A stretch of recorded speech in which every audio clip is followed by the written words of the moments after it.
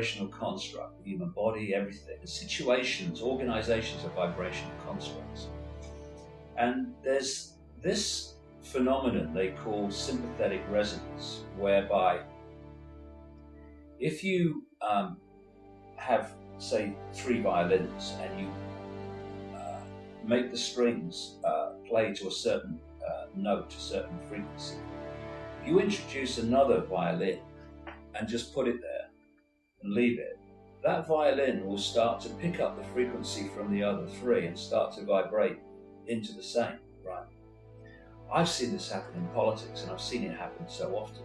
People go into politics, the political construct, which is the way it works. You call it a blueprint, if you like. This is politics. They go in with the best of intentions, and then gradually the construct vibrates them into line.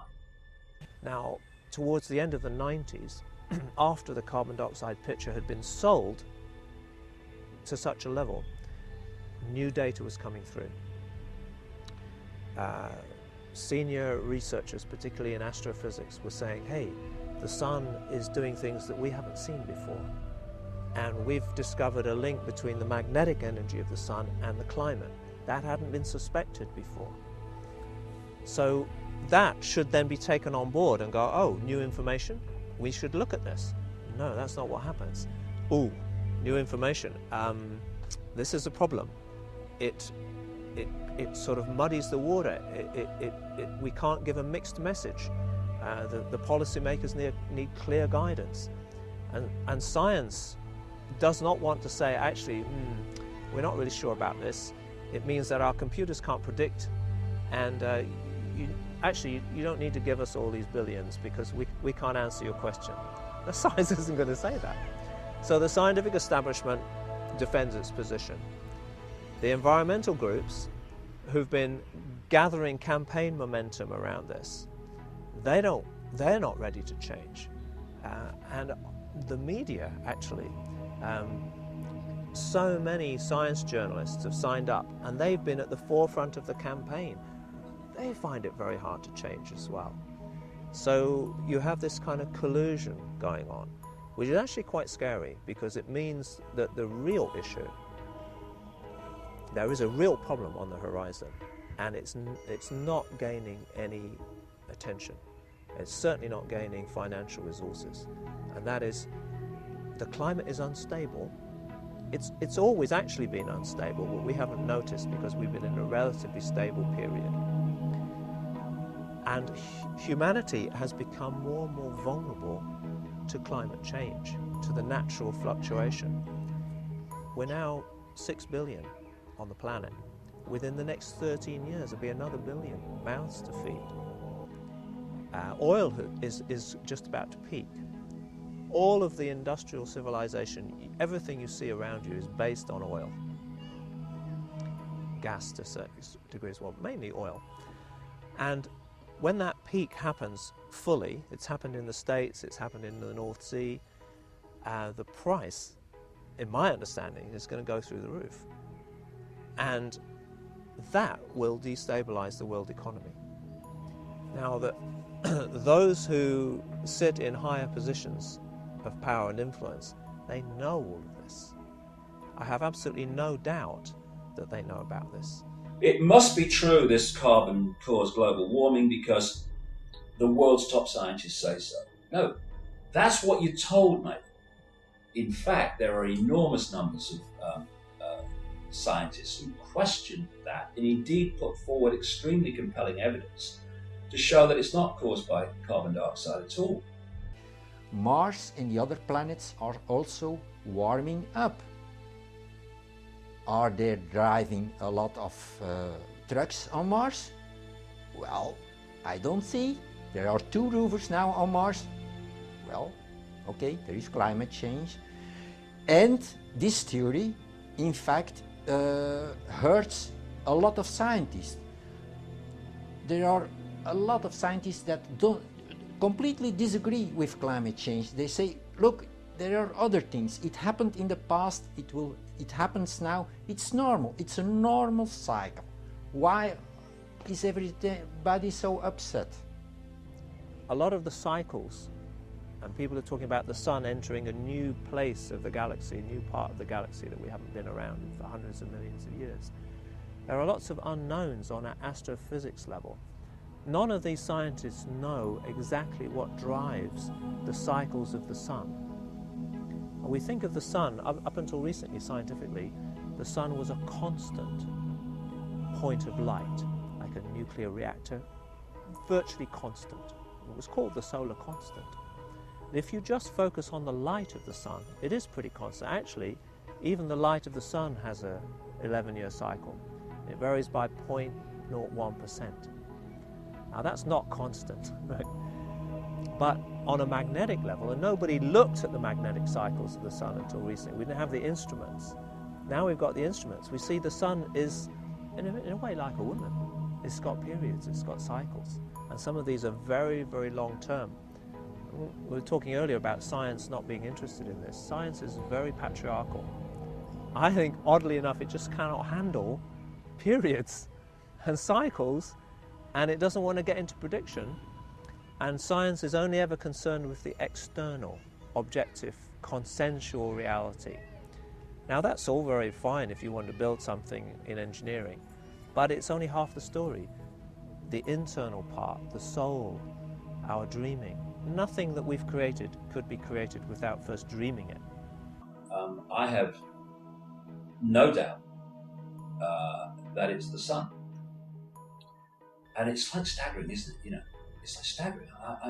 I sit back in amazement. Do you think that the sun getting stronger could affect temperatures on Earth? Do you think that's possible? I've noticed, when I go at the sun and the sun comes out, it gets warmer. I noticed that. I think there could be some connection here. I mean, please. What's happening here is, instead of looking at this dispassionately, instead of trying to sell a manufactured problem for grotesque ends, we should be saying, hold on a second, what are the effects of global warming going to be? Because we need to start mitigating for those areas of the world that it's going to cause a problem for, and we need to start looking at how we're going to take great advantage of those things, the great things it's going to bring to other parts of the world. Instead of that, we're off on this carbon dioxide thing, and it's taking complete attention away from other things that we could be doing. What we're seeing today in terms of global warming and climate change and all the rest of it that goes with that, I do not believe is being caused by mankind in the emissions from our cars and factories and so on. I don't say that those things are a good thing, far from it. I think it's a disaster that we've used up so much of the Earth's resources so quickly. But those are not what are driving the change of climate on this Earth. It's the sun that's done it. Yeah, it's the sun, and the sun itself is being driven by cosmic forces as well. That we live within a universe of change, and it's foolish of us to think otherwise. When you look at the graphs of what they call sunspot activity, when incredible explosions of energy are being released from the sun, some of them the size of the Earth, some even the size of Jupiter, and that this is a physical expression of increased solar activity and increased solar radiation, which is brought through the solar system on what they call the solar wind.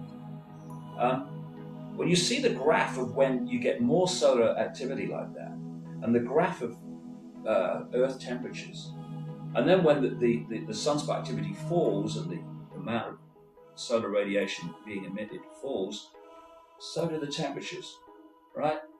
I think we might be onto something here. If there is one solar flare 2.5 times bigger than the one from 1989 that destroyed the electric grid system in Canada, then the whole worldwide grid system will be completely shut down for at least several years. Solar flares associated with sunspots are the sudden eruption of particles and electromagnetic energy stored in the corona of the sun. Solar activity varies with an 11-year cycle, and at its peak there are typically more sunspots and hence more solar flares.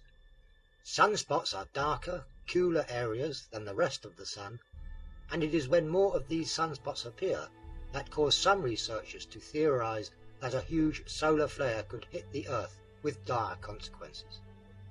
Now, think about it. If you don't have any electricity, then everything stops. Our whole society will collapse. In only 2 weeks, you won't have food, you won't have drink, you won't have any money, nothing will work again. So people will start killing each other only after 2 or 3 weeks. And the societies that have no electricity, they can survive, but we can't survive. This is what can happen without, with a high possibility. And that is also the reason why they are now,